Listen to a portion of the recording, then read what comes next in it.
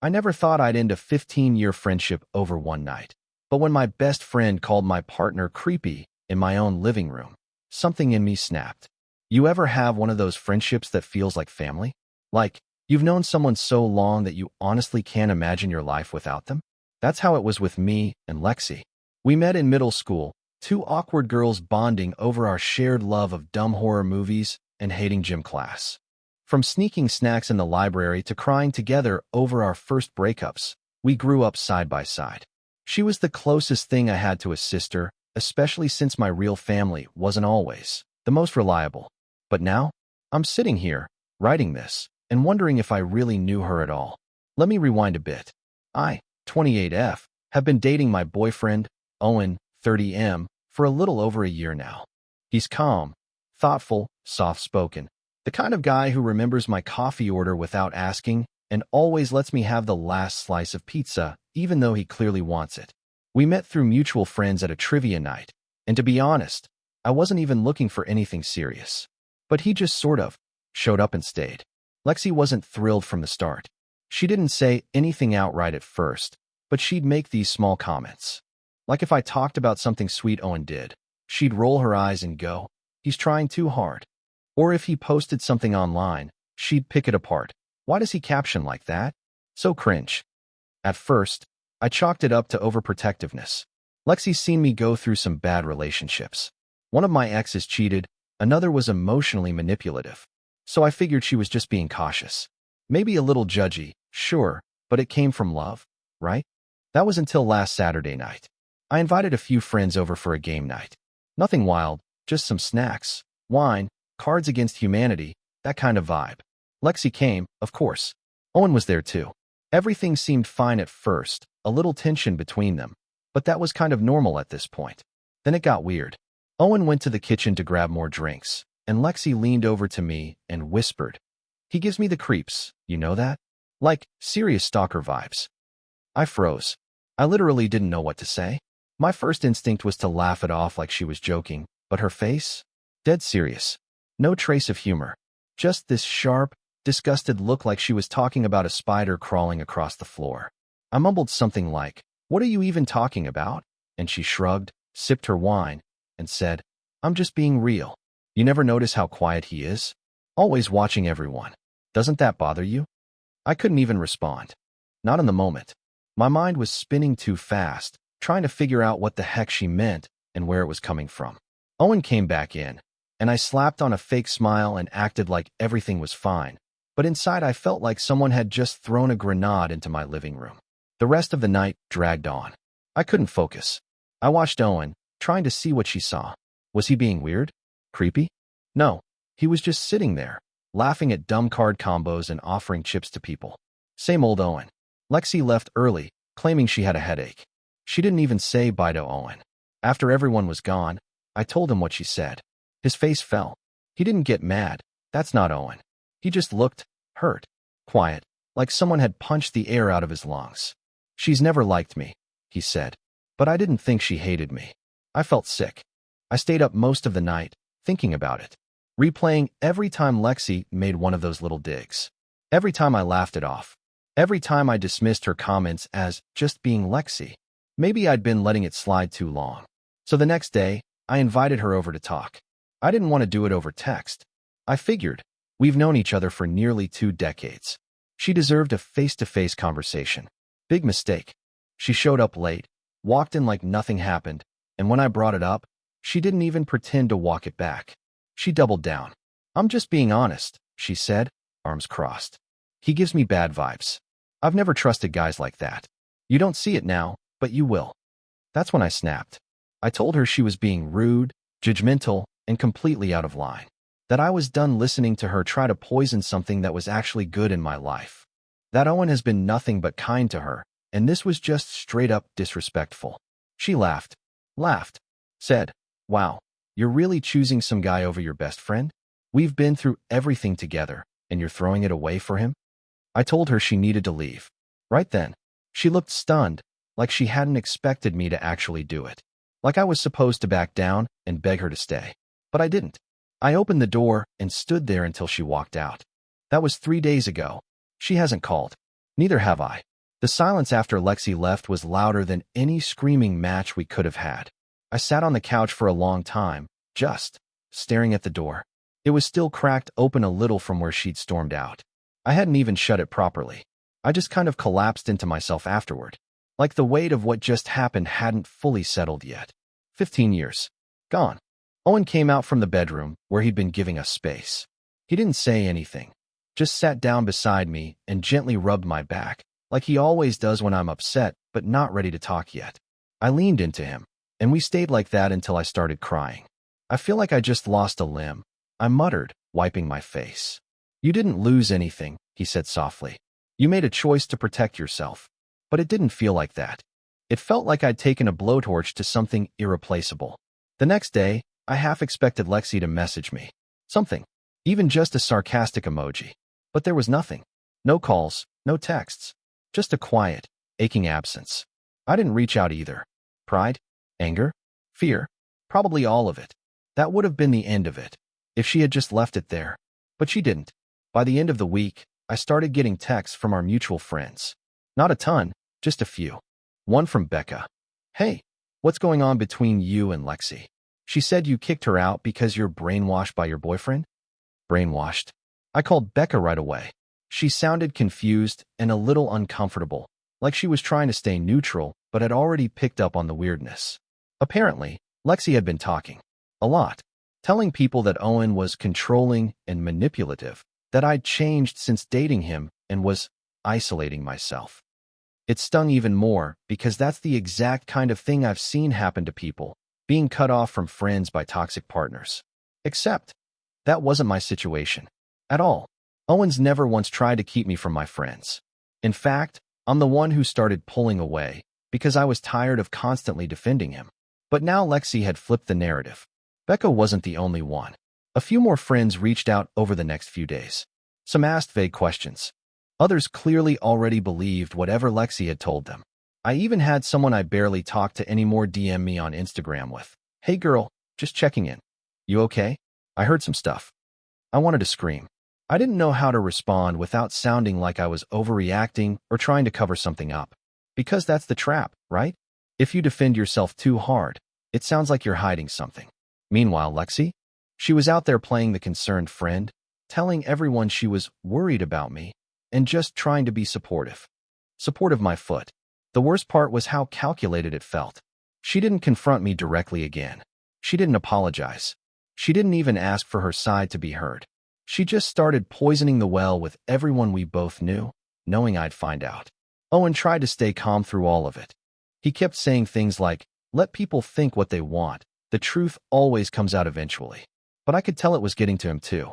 One night, he asked if maybe he should just stop coming to group events altogether. Said maybe he was the problem. That nearly broke me. He's never done anything but be respectful.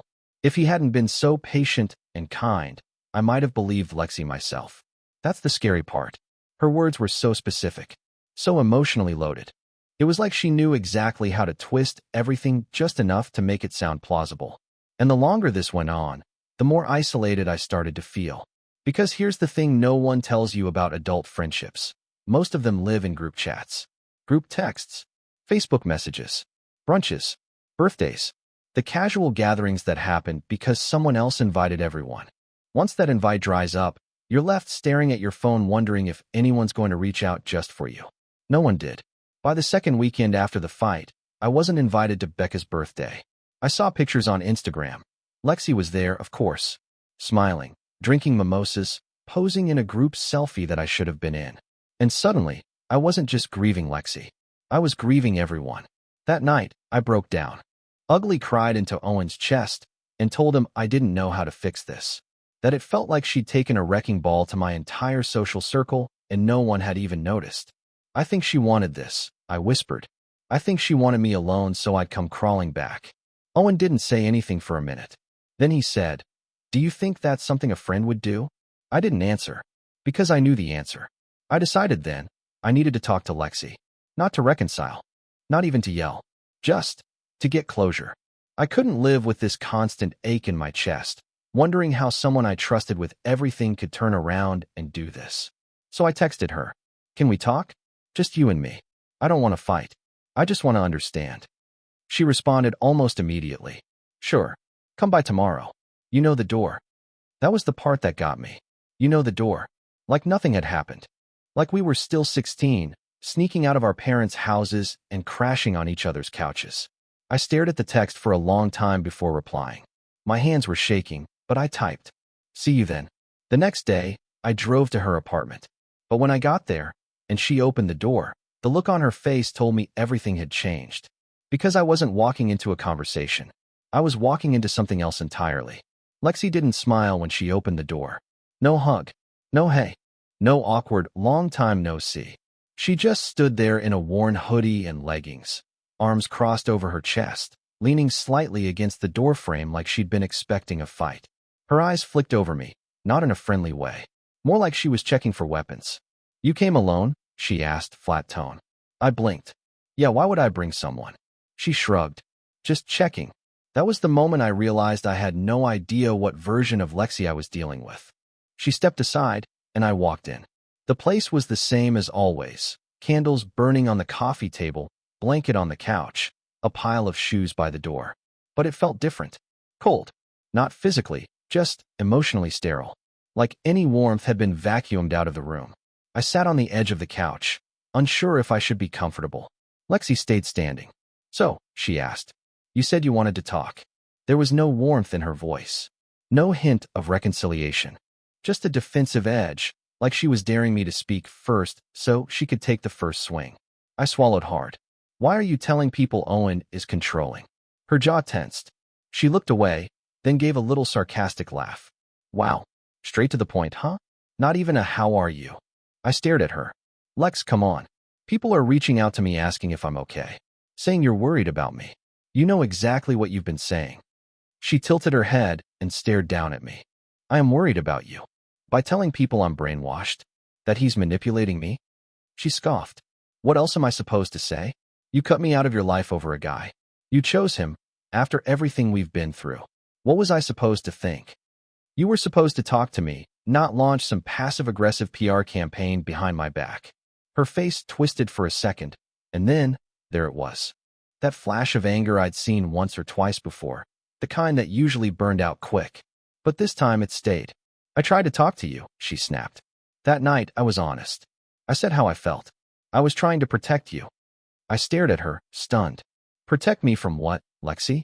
From the one guy who's treated me like a human being and not a punching bag. She flinched, just barely. I saw it. I pressed forward.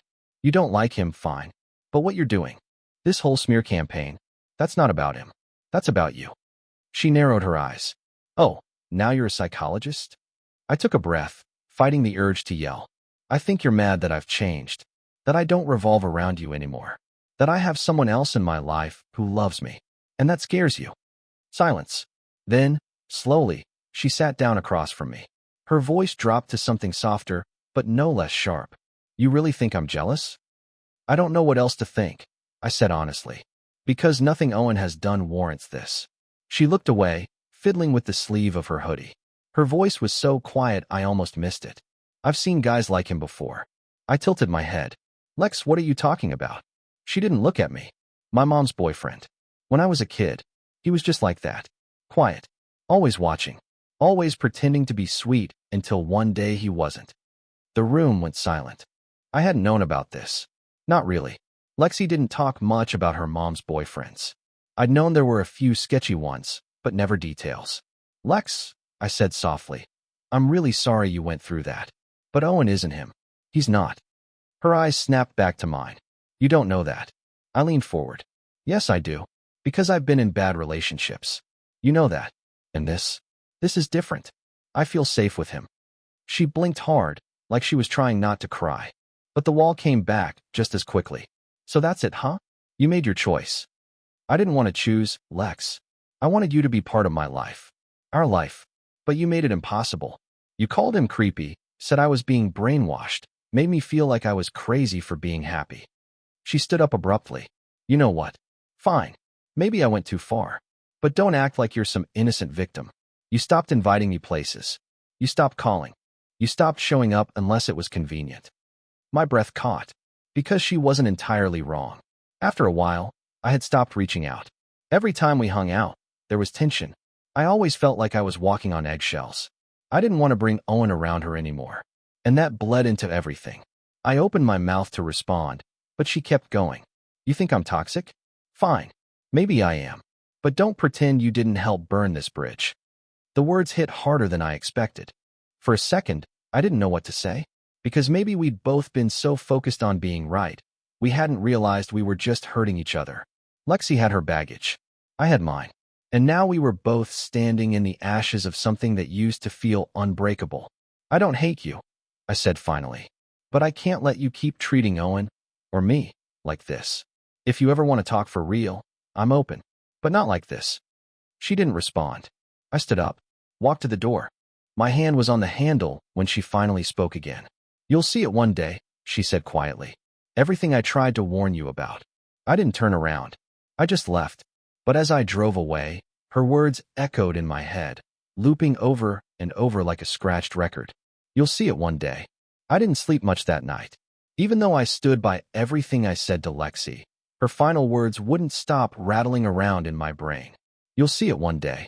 I hated that it got to me. I hated that even after everything, the manipulation, the rumors, the gaslighting, one sentence could still make me doubt the man I loved. But doubt is funny like that. It doesn't need much to bloom. Just a crack, a pause, a vulnerable second in your mind when you're tired or alone or scared. And suddenly it grows. I didn't say anything to Owen that night.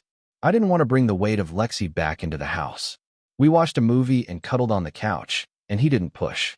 He just held me like always, gently tracing circles on my arm, completely unaware of the war going on inside my head.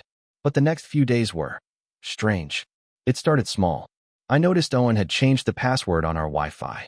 We've lived together for about 6 months now, and we've always shared our passwords. Phone, laptop, Wi-Fi, all of it. We both agreed it made sense since we were serious about each other and had nothing to hide. I only noticed because I was trying to connect my tablet and couldn't. I asked him for it, and he gave it to me right away, no hesitation. I even made a joke like, "You hiding something from the FBI?" And he laughed and said, "No, just updated it after the last outage." Totally innocent. Except, he hadn't mentioned it before. And we hadn't had an outage, at least not that I remembered. But I shrugged it off. One little thing. Then I saw he'd reorganized his drawer in the bathroom. Again, not a big deal. But he'd always been kind of messy. Suddenly, everything was super neat, like a hotel counter. Razors in a tray, cologne lined up perfectly, toothbrush in a holder I'd never seen before. New year, new me, he joked when I pointed it out. But we were already halfway through August. It was all tiny stuff. Nothing concrete. Nothing that would have raised any red flags if Lexi hadn't planted that seed. Still, I started watching more closely. Not like a spy or anything, just noticing things. He was on his phone more, always turning it face down.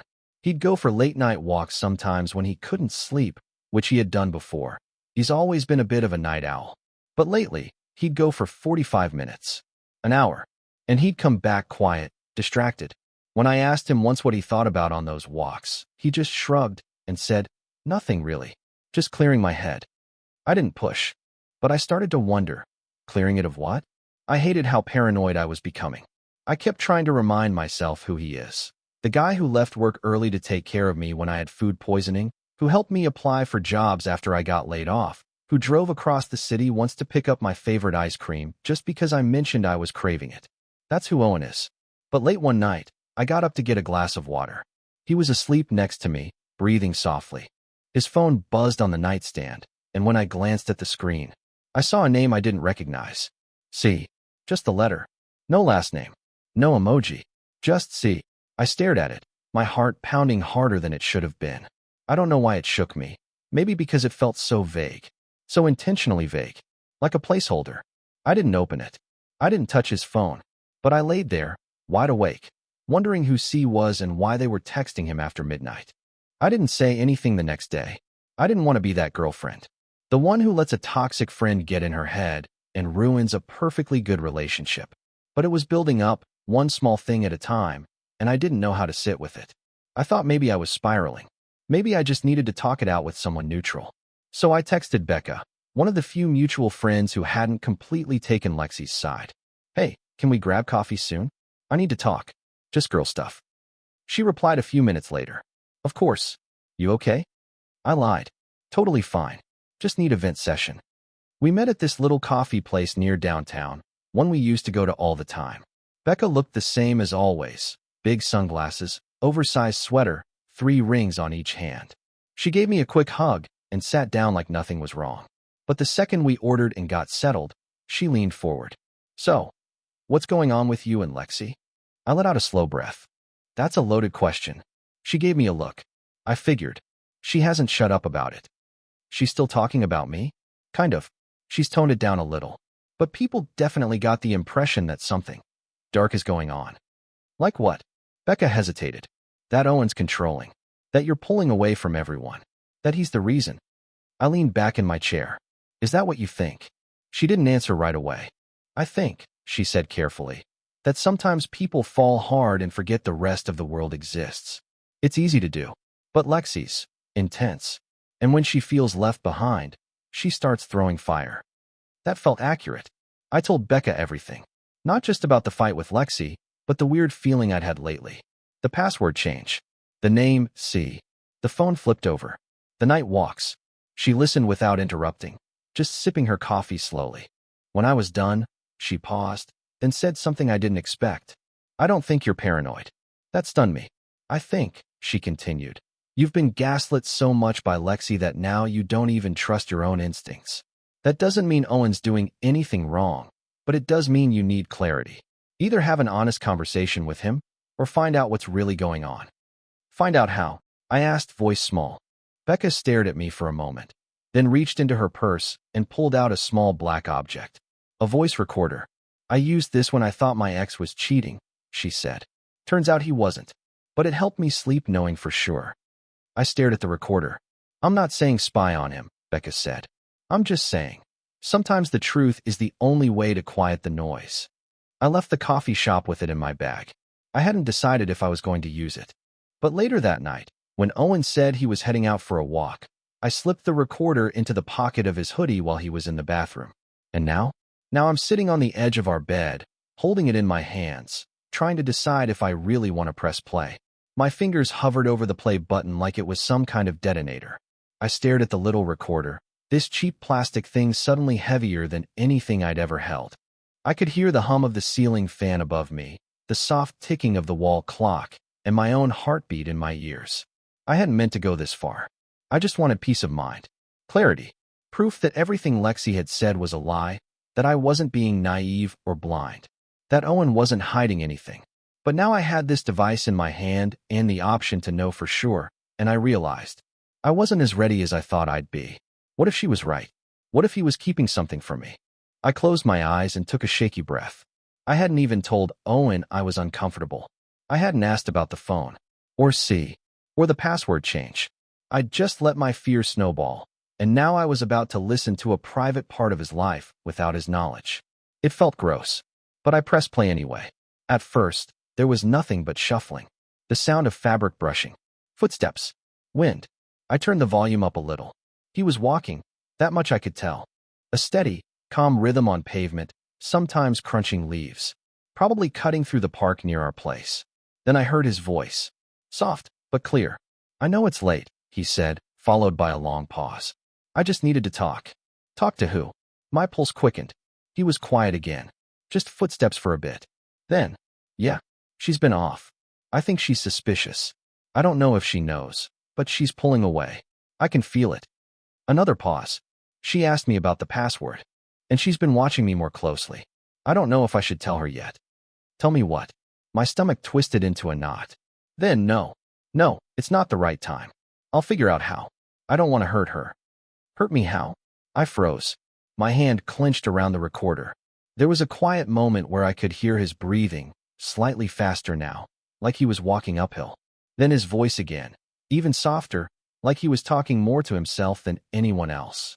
She's gonna think I lied to her. Maybe I did, but it wasn't supposed to be like this. That was the last thing before the recording clicked off. I just sat there, completely still. It felt like the floor dropped out from under me. He hadn't said anyone's name. He hadn't mentioned what he was hiding. But the tone, the pauses, the words, they weren't nothing. He was talking to someone. He was definitely hiding something. And he was worried I'd find out. I replayed the clip 3 more times, trying to catch anything I'd missed. A voice on the other end, a clue, a name, anything.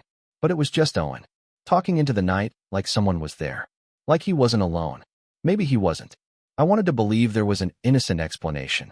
That maybe he was planning something, a proposal, a surprise trip, a job offer. But even as I ran through those possibilities, my gut was twisting tighter and tighter. Because the words, "I don't want to hurt her," don't sound like something you say before good news. I didn't know what to do. I didn't sleep that night. I kept turning the recorder over in my hands, debating whether I should confront him, confess what I did, demand answers, or just sit on it and pretend I never heard it. In the morning, he was already up when I came into the kitchen. He was making coffee, humming a little to himself like everything was totally normal. He smiled when he saw me. "Morning, babe." I managed to smile. "Morning. You sleep okay?" "Yeah," I lied. He poured me a cup and handed it over. His hand brushed mine and I flinched. Not visibly, but enough that I noticed it. He didn't. We sat at the kitchen table like we always did. Small talk. Weekend plans. He asked if I wanted to go to the flea market with him on Saturday, and I said maybe. I was barely listening. I was watching him. Everything he did suddenly seemed rehearsed. His easy smile, the way he poured his coffee, the casual scratch behind his ear.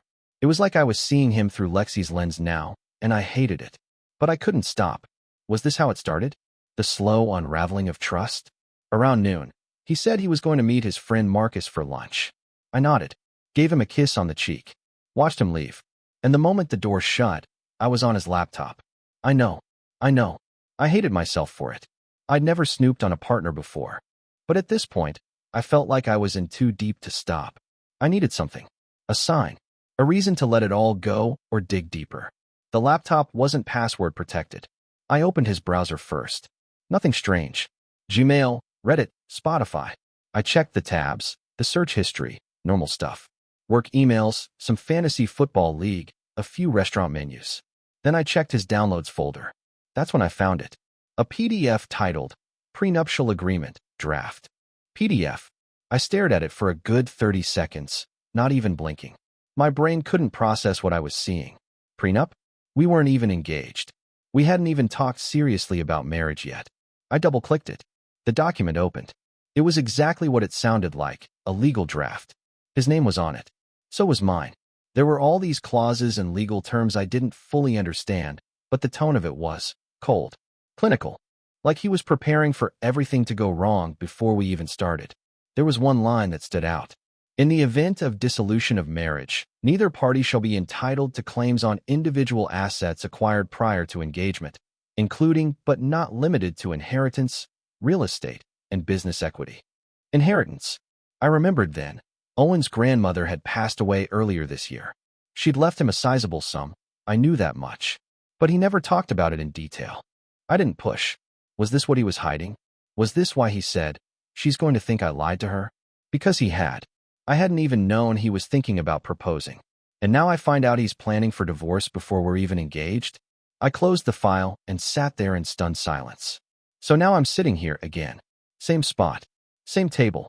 Owen should be home in 20 minutes. And I don't know whether to pretend I saw nothing, or ask him why he's planning our divorce before he's even asked me to be his wife. I watched the clock like I was on death row. Every tick felt louder than the last. Owen was due back any minute. And the longer I sat there, the more my body tensed like a coiled spring. My mind was running laps around itself, trying to map every way this conversation could go, every reaction he might have, every word I might say if I didn't chicken out first.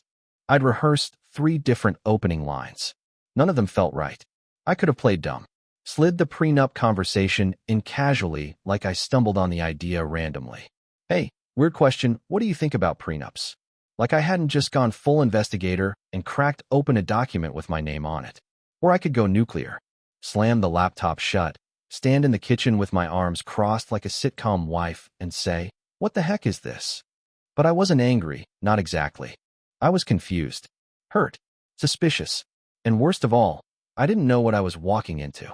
When his key hit the lock, my stomach dropped so hard I thought I might throw up. The door opened.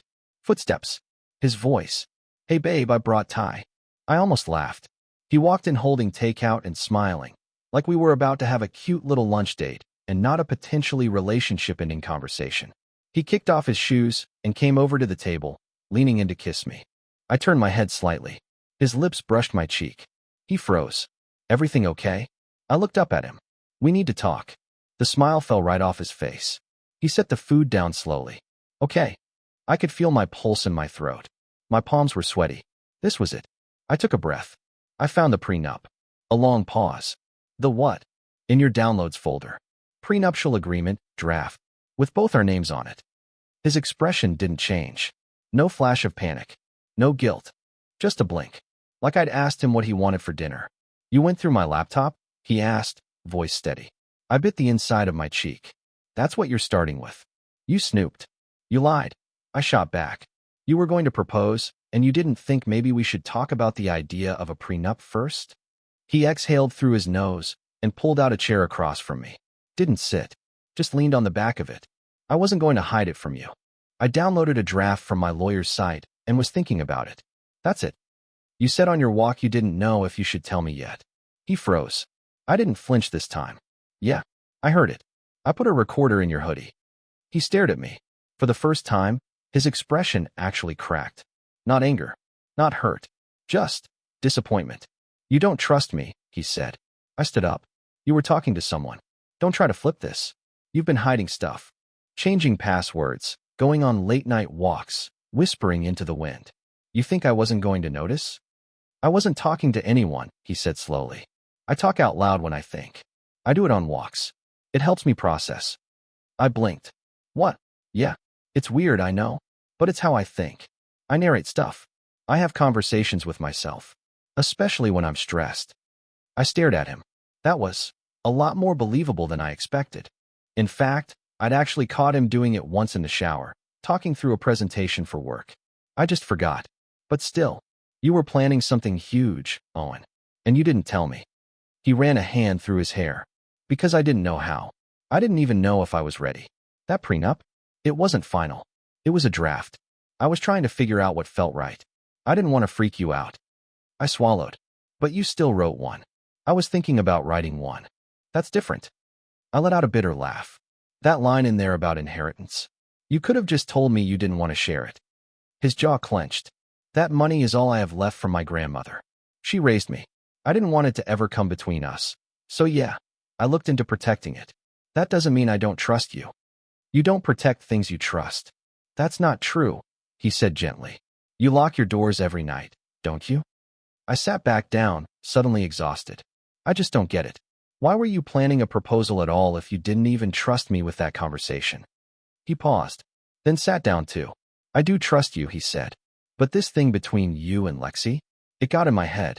I started thinking, what if we do get married and things get messy? What if she turns her friends against you? What if she's still around, still whispering doubts? And I realized, I was trying to control something that's supposed to be built on trust. I stared at him, the lump in my throat rising fast. He leaned forward, voice soft.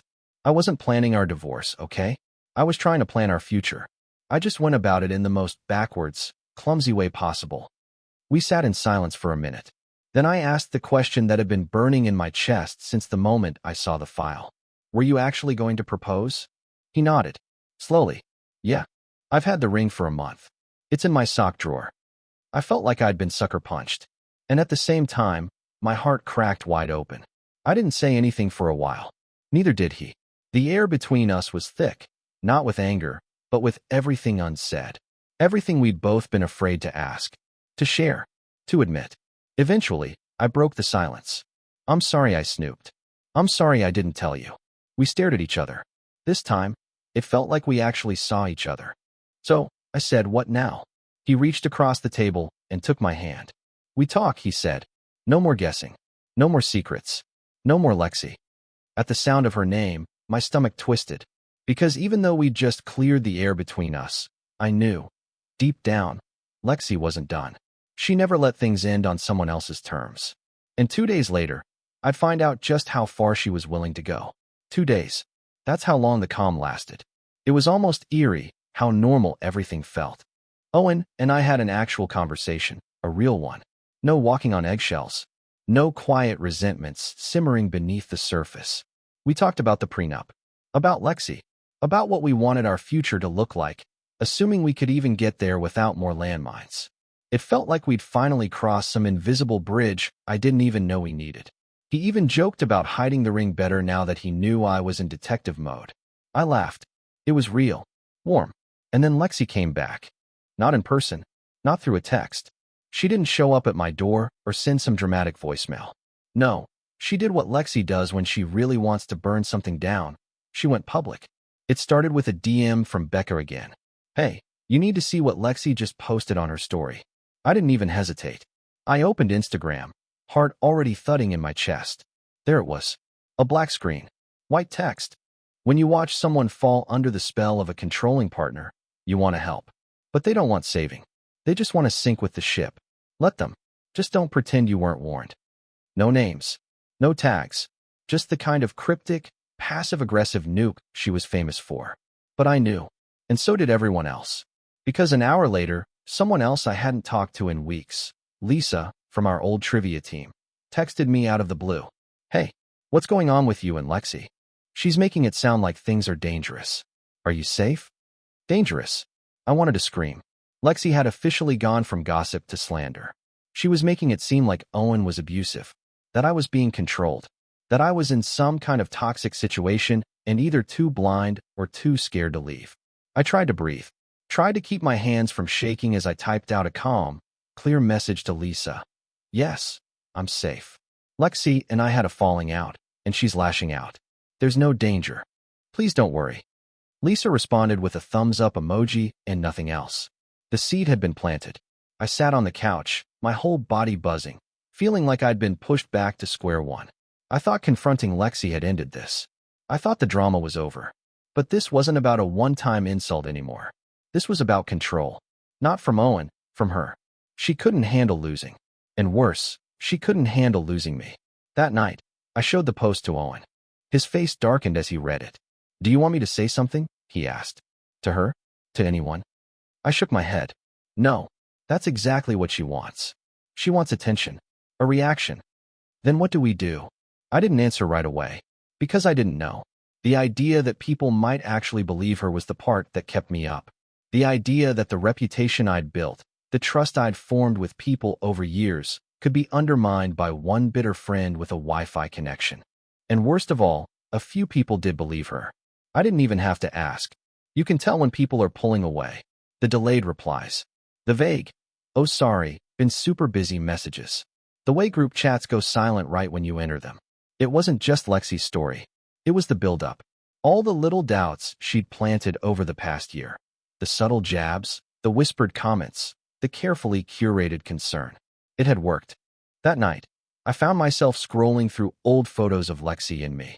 God, we looked so young, so clueless, laughing on rooftops, crying over bad Tinder dates, sneaking into movies, binge-watching horror films during thunderstorms. She was a constant. She was my person. And now, she was out here painting me as a victim in a relationship I actually felt safe in. What kind of twisted loyalty was that? I didn't know what to do until the next day, when Owen came home with an envelope in his hand.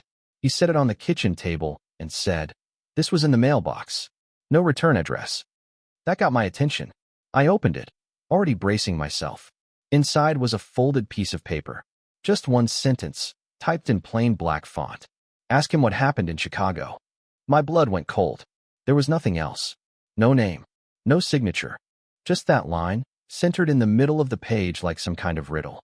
And it wasn't printed from a phone. It had clearly been typed and printed out, cut with scissors, and sealed manually. I looked up at Owen. What's this? He frowned. I don't know. What does it mean? Chicago. He shook his head slowly. I haven't been to Chicago since I was like 22. For a conference. Years before I met you. I studied his face. I wanted to believe him. I did. But the timing, the anonymous note, it all pointed to one thing. Lexi. She was escalating. She's trying to get in your head, Owen said. That's all this is. She's trying to make you doubt me again. I nodded. But my stomach was churning. Because the idea that Lexi had dug into his past, that she was mailing things to our apartment, it crossed a line. It felt targeted, strategic, like she was preparing for something. I'm done playing defense, I said quietly. He looked at me. What do you mean? I mean, I'm not just going to sit here while she dismantles my life from behind a keyboard. I'm going to talk to her again for the last time. And this time, I'm not asking for understanding. I'm laying down boundaries. Are you sure? He asked. I nodded. I'm sure, but I'm not going alone. He hesitated. You want me to come with you? I shook my head.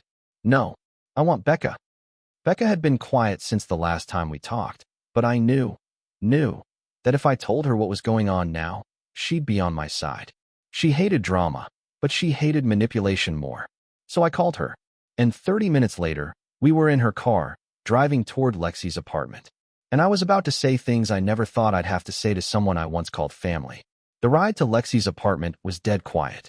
Becca kept both hands on the steering wheel, her lips pressed in a tight line, like she was holding back an entire storm. I sat beside her, watching familiar streets blur past the windows. My knee was bouncing. I couldn't make it stop. I'd rehearsed everything I wanted to say. In the mirror, in my head, even under my breath while brushing my teeth this morning. But the closer we got, the more it all fell apart. My voice felt caught in my throat. Last chance to back out. Becca said at a red light, not looking at me. I'm not backing out. She nodded slowly. Okay, but just so you know, if she throws hands, I will not be the bigger person. That almost made me laugh. Almost. We pulled up to Lexi's building. Same one I'd been to 100 times. The chipped bricks. The crooked mailbox. The flickering hallway light that never got fixed. It should have felt nostalgic, comforting even. It didn't. Lexi opened the door after a few knocks. Her expression soured the second she saw Becca behind me. Really? You brought a witness? I didn't flinch. I'm not here to argue. I'm here to finish this. Lexi rolled her eyes but stepped aside. The three of us walked in, and the tension in that little living room could have cracked glass. Becca stayed by the door, arms folded. I stepped forward. I know you posted about me. Lexi didn't deny it. She just raised an eyebrow. Did I use your name? Nope. So calm down. Everyone knew it was about me. Not my fault you think the world revolves around you. I felt Becca shift behind me. I'm not here to trade insults, I said. I'm here because this has gone way too far. The rumors, the manipulation, the messages, and now you're sending anonymous letters to my mailbox? Lexi blinked, confused. What are you talking about? I stepped closer. The note. Ask him what happened in Chicago. That was you, wasn't it? She tilted her head. No? What note? Don't lie, Lex. You're the only person who's been trying to dig into Owen's past. Her expression changed, just for a second. The kind of flicker someone gives when they're caught off guard and trying to mask it. But then she shrugged. I don't know anything about a note. Maybe someone else thinks your boyfriend's sketchy. I clenched my jaw. Becca cut in, voice low. You really don't see how unhinged this is? Lexi turned to her. Oh, please. You're only here because she dragged you into her little fairy tale. You've been ignoring everything right in front of you. No, I said sharply. She's here because she still has a conscience. Something you lost somewhere along the way. Lexi's eyes snapped back to mine. Let me guess, you're going to cut me out now? Send a long message about how this friendship isn't healthy anymore, and how you need to focus on your peace? No, I said. I'm not going to send anything. I'm not going to say anything behind your back. I'm doing this to your face. She looked surprised by that. I loved you like family, Lex. I've defended you. I've forgiven you more times than I can count. But this is a new level.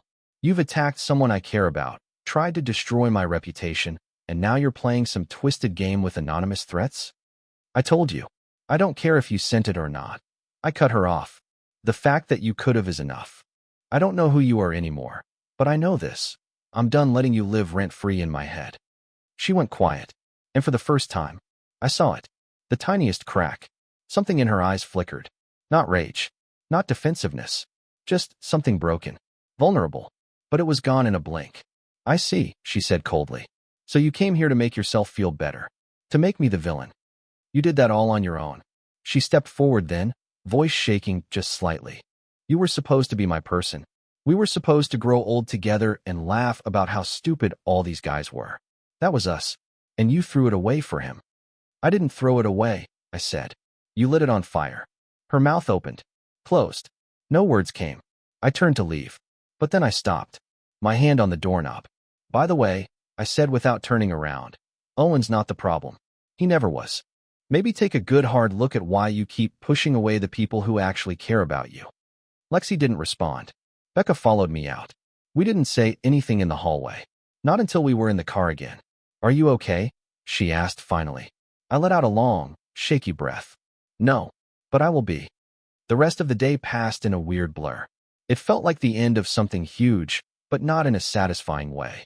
Not like a movie where the hero walks off into the sunset. More like a breakup you saw coming, but still hits you in the chest.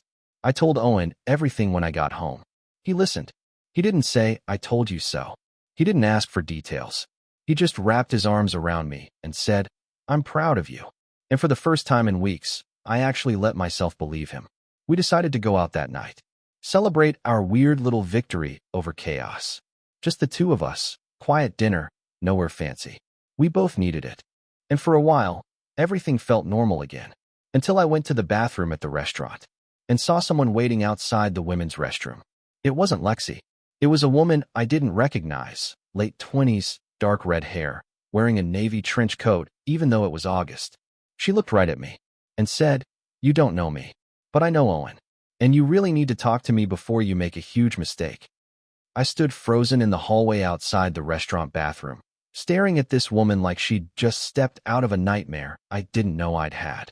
Red hair, pale skin, no smile, no introduction, just a voice sharp enough to slice through bone. You don't know me, but I know Owen. And you really need to talk to me before you make a huge mistake.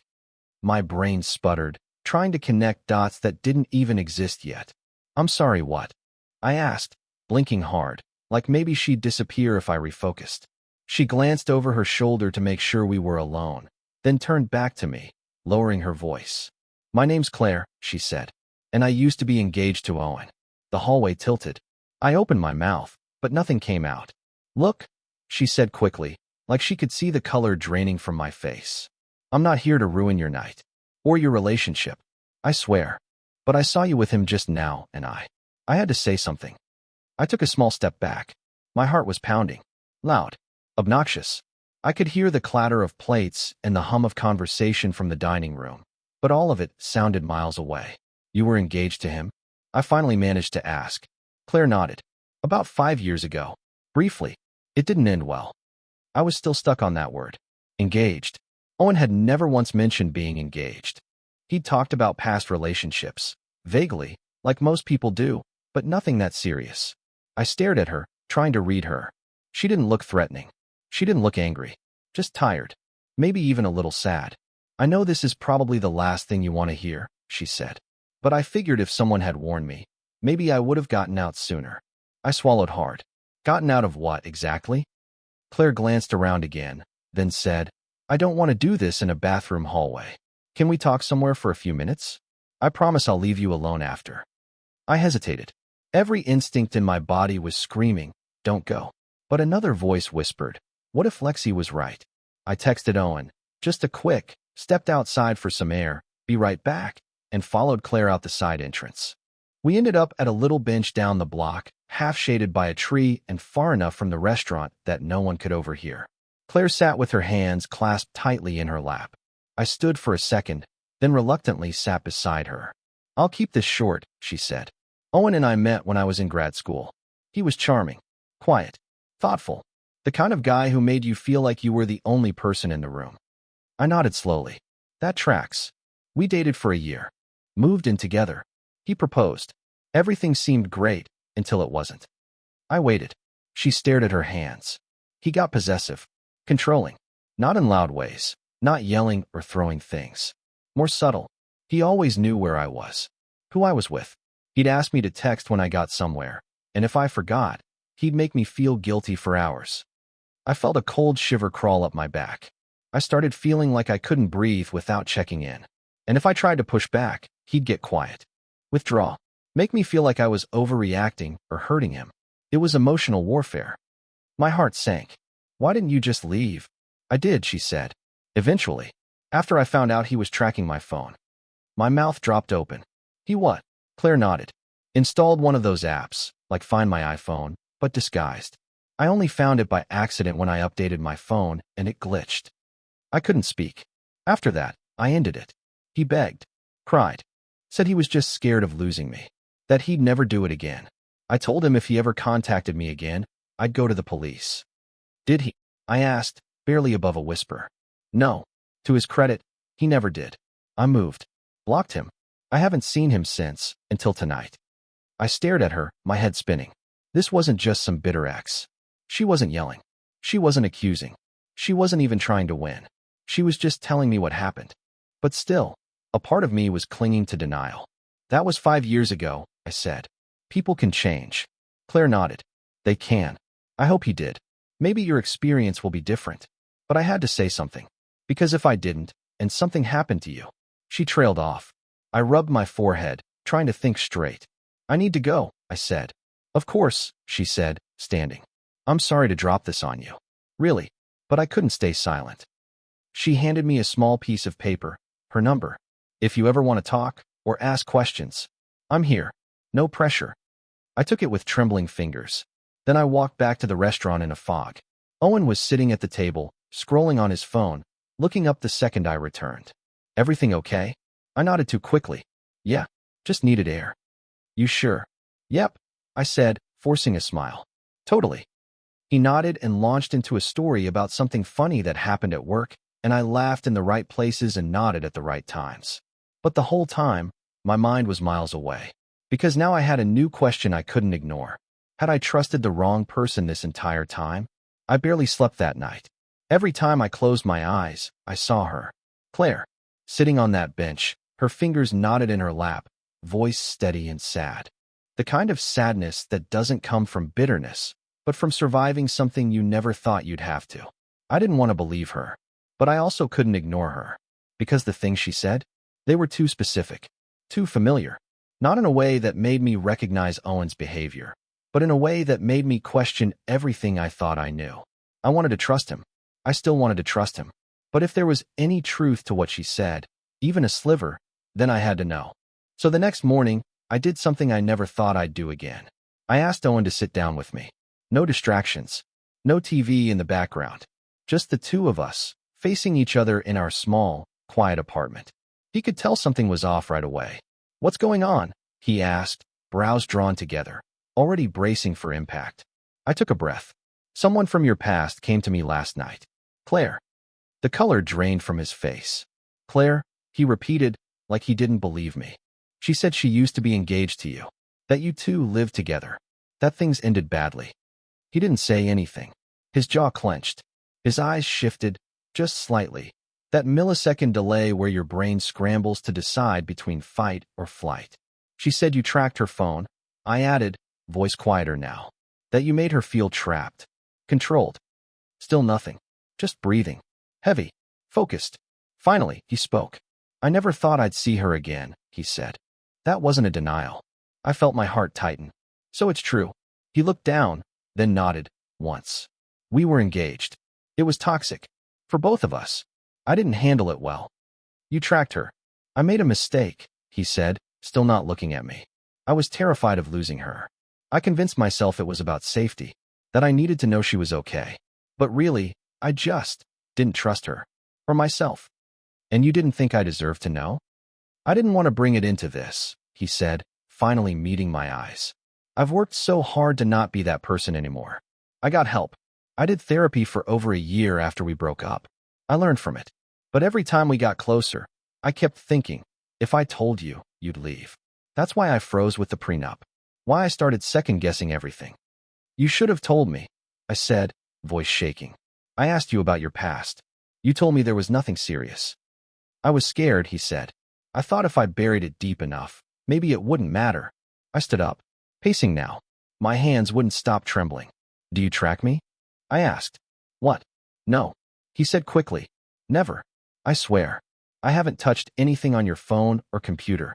I promised myself I'd never do anything like that again. But you still kept it a secret.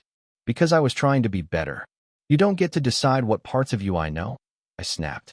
You don't get to protect me by keeping me in the dark.